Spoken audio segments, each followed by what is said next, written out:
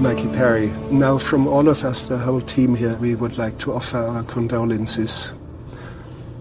Your father passed away.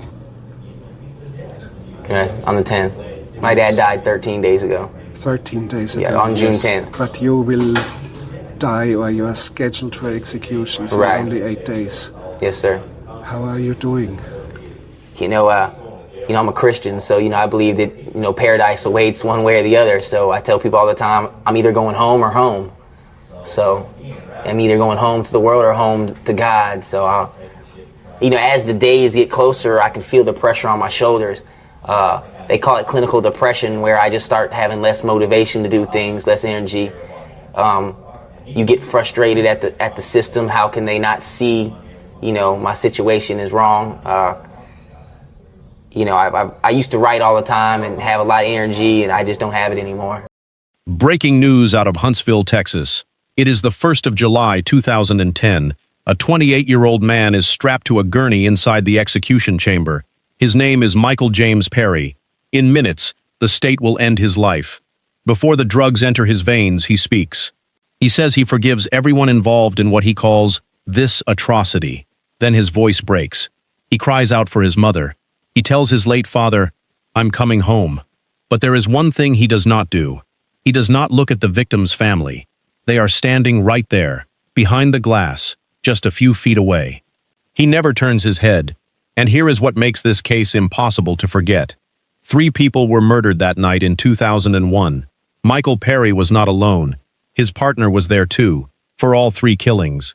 Same crime, same night, but only one man is dying today. How does that happen? Stay with us, because this story is far from simple. Before we go further, welcome to the channel. If true crime keeps you up at night, hit subscribe and turn on notifications so you never miss what's coming next. Sandra Stotler was 50 years old. She lived in the Woodlands, Texas, a gated community north of Houston. It was the kind of neighborhood where people felt safe. Neighbors described her as warm and generous. She was the type of woman who opened her door to people who needed help. She did not turn people away. Her son, Adam, was 16 years old. He lived with her at home. Sandra also had a daughter, Lisa Balloon, who was not living with her at the time. Lisa would later become the loudest voice for justice in this entire case. She sat through every court hearing. She spoke publicly about what her family lost. She was even there the day Michael Perry was executed. Here is what makes this case so hard to accept. Sandra had shown kindness to Michael Perry before. She had let him into her home as a guest. She had treated him with basic decency. He would repay her with a shotgun. Then there was Jeremy Richardson. He was 18 years old. He was Adam's friend. He had no connection to Michael Perry. He had no connection to Jason Burkett. He simply showed up that night to see his friend. So what made Sandra a target? Court records point to something simple. She owned a newer Camaro. She also owned an Isuzu Rodeo. 2 good vehicles, sitting inside a comfortable, gated community. This was not about revenge. This was not about anger. According to court records, the motive was theft, nothing more. 3 lives were about to be taken over 2 cars. Michael James Perry was born on the 9th of April, 1982. His birth mother was a teenager. She gave him up soon after he was born. He was adopted as an infant by a couple named Carlton and Sandra Perry. They tried to give him a stable home, but trouble showed up early. In 1st grade, doctors diagnosed him with attention deficit disorder. Later, doctors added oppositional defiant disorder. Then conduct disorder. Before he was even a teenager, he had already been admitted to a mental hospital twice. His behavior kept getting worse. He stole jewelry from his adoptive mother. He stole the family van and crashed it. He broke into a neighbor's home. His parents tried everything. In 1997, they sent him to Boys Town, a reform school in Nebraska. Within 3 months, he threatened a staff member there. He was moved to a locked section of the facility. Nothing changed. Next, his parents sent him to a private program in Mexico. He dropped out at 18 years old. He ended up homeless in San Diego, with no ID and no plan. By 19, he was addicted to prescription pills. He was arrested twice in just a few months before the murders. Once, in May of 2001, for shooting at a house. Again, in October of that same year, for trying to pass a fake prescription. That same October, he met Jason Burkett. Burkett was also 19 years old. He carried his own damage from childhood. Two broken young men, both broke, both desperate. They were about to bond over something far worse than bad luck. By October of 2001, Michael Perry and Jason Burkett were both broke. Both were struggling with addiction. Both were sliding deeper into small crimes, week after week. Perry's record from that year alone told the story. Arrested in May for shooting at a house. Arrested again in October for a fake prescription. These were not the actions of a man slowing down. These were the actions of a man moving faster towards something worse. Burkett brought his own damage into the picture. His mother had used drugs while pregnant with him. His father, Delbert Burkett, was a violent career criminal who abused the entire family. Jason had grown up watching all of it. When Perry and Burkett met, something clicked between them right away. Shared desperation, shared disregard for consequences. They started looking for targets together. Perry already knew the Stotler family. He had been inside Sandra's home before, as a guest. He knew she was comfortable around him. He knew exactly what she owned, a newer Camaro and an Isuzu Rodeo.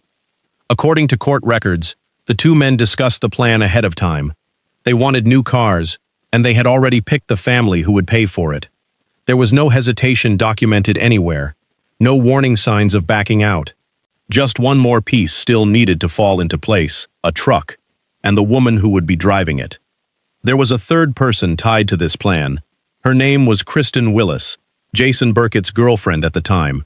The truck used that night belonged to her. She was behind the wheel when Adam and Jeremy were lured out into the woods. She stayed inside the vehicle while the ambush took place.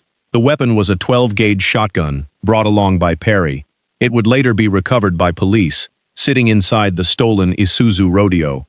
According to court records, the plan had two stages. Stage 1 was simple.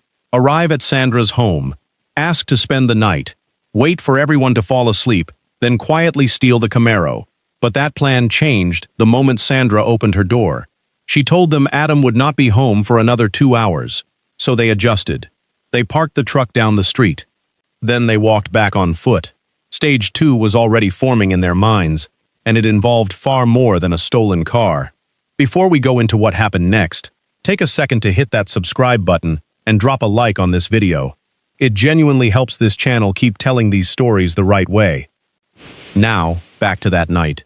Because what happens next is impossible to believe.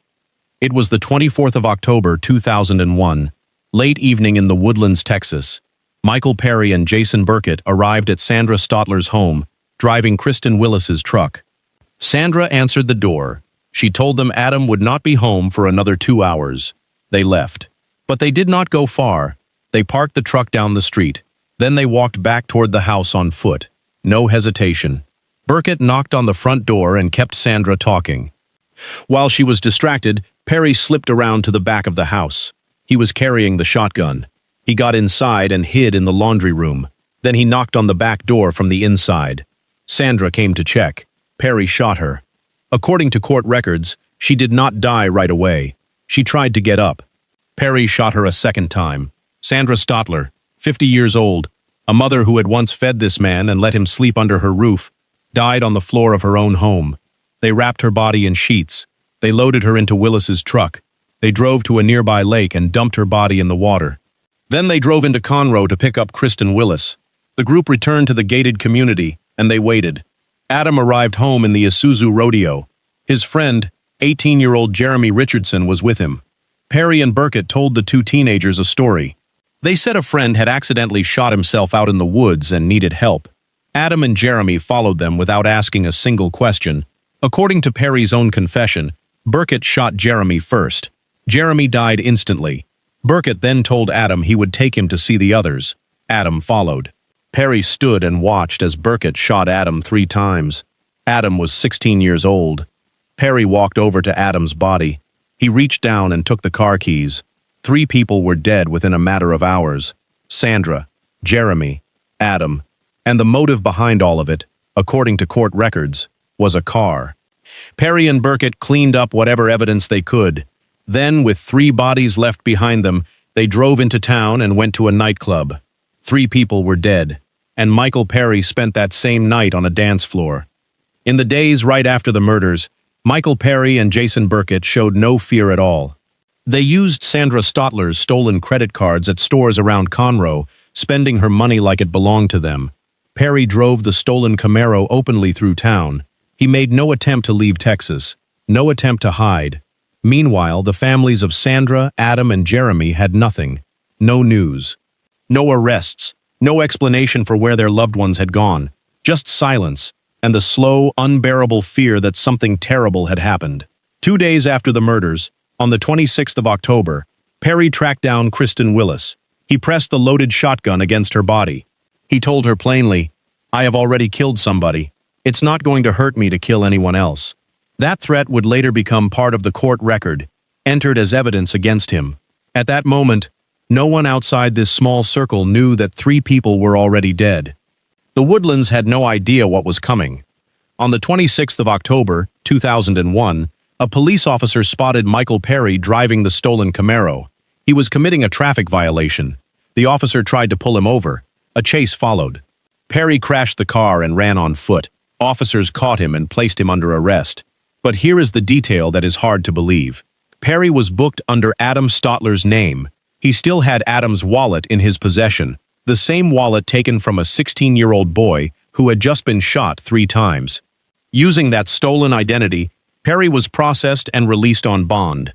No one connected him to any murder. Not yet. The very next day, the 27th of October, Sandra Stotler's body was pulled from the lake. What had started as a missing persons case suddenly became a murder investigation. Investigators began tracing purchases made on Sandra's stolen credit cards, following the trail through stores in Conroe. But here is the part that should stop anyone in their tracks. The man police had already caught, already arrested, and already released was the same man responsible for all 3 deaths. He was walking free, and nobody in Montgomery County knew it yet. On the 30th of October, 2001, a sheriff spotted the stolen Isuzu Rodeo parked at a truck stop. Michael Perry and Jason Burkett were both inside. They tried to flee. The vehicle struck the officer as they attempted to escape. The officer fired his weapon and hit a rear tire. The car crashed. Perry suffered a severe cut to his arm in the crash. Burkett ran on foot. Both men were arrested within hours. Under interrogation, Perry confessed. According to court records, he laid out the entire plan, step by step. The plan to steal the cars, the shooting of Sandra inside her own home, the disposal of her body in the lake, the false story used to lure Adam and Jeremy into the woods, the ambush that followed. Physical evidence backed up every word. Perry's DNA was later found on a cigarette butt, recovered from beneath one of the victims. It would become one of the most decisive pieces of evidence in the entire case. 2 men, arrested the same day, confessing to the same crimes. But what happens next in the courtroom is impossible to believe. Because these 2 men, tied to the exact same murders, were about to walk 2 completely different paths, one toward a life sentence and one straight toward a death chamber. Michael Perry's trial began in February of 2003. He was tried for the murder of Sandra Stotler. He pleaded innocent. He claimed his confession had been forced out of him. The jury heard the DNA evidence. They heard about the stolen vehicles. They heard about the credit cards. They deliberated for 2 hours before finding him guilty. Then they deliberated for 6 more hours on his punishment. Death by lethal injection. Witnesses in that courtroom later described something that stunned them. Perry smiled during parts of his own trial. He laughed more than once. It was behavior nobody in that room could explain. Jason Burkett's trial followed in October of 2003. His defense leaned heavily on his childhood.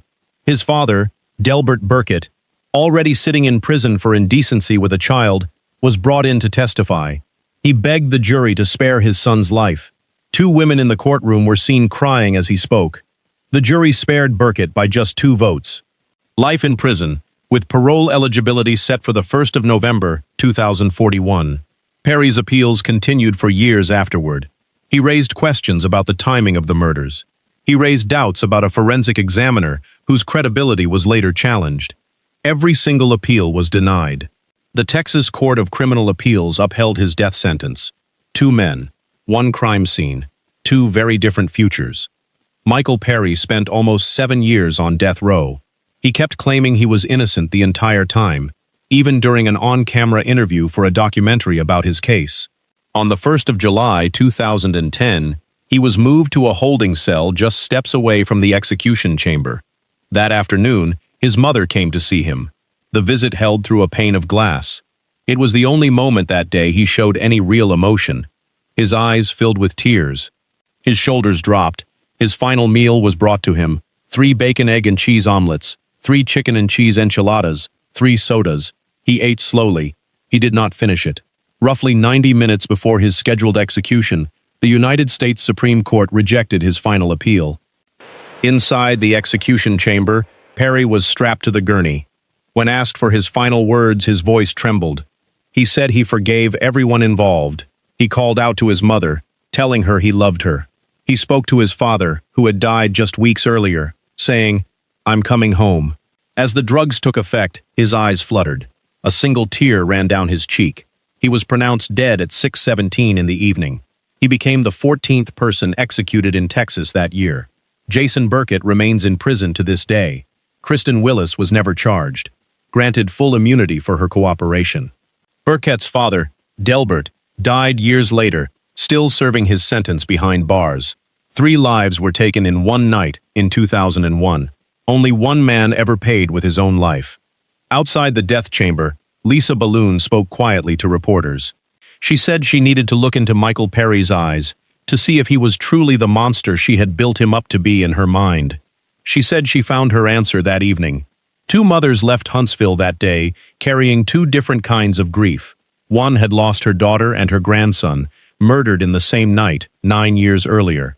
The other had just watched her son die by lethal injection, a son who cried out for her in his final moments. And here is the hardest part to sit with. Michael Perry had chances most people never get. Parents who tried to help him. Programs built to save him. Every door open, and he walked through none of them. In the end, the only thing he carried home was a death sentence. What moment in this story hit you the hardest? Tell me in the comments below. I read every single one. If this story moved you, hit subscribe, drop a like, and I'll see you in the next one.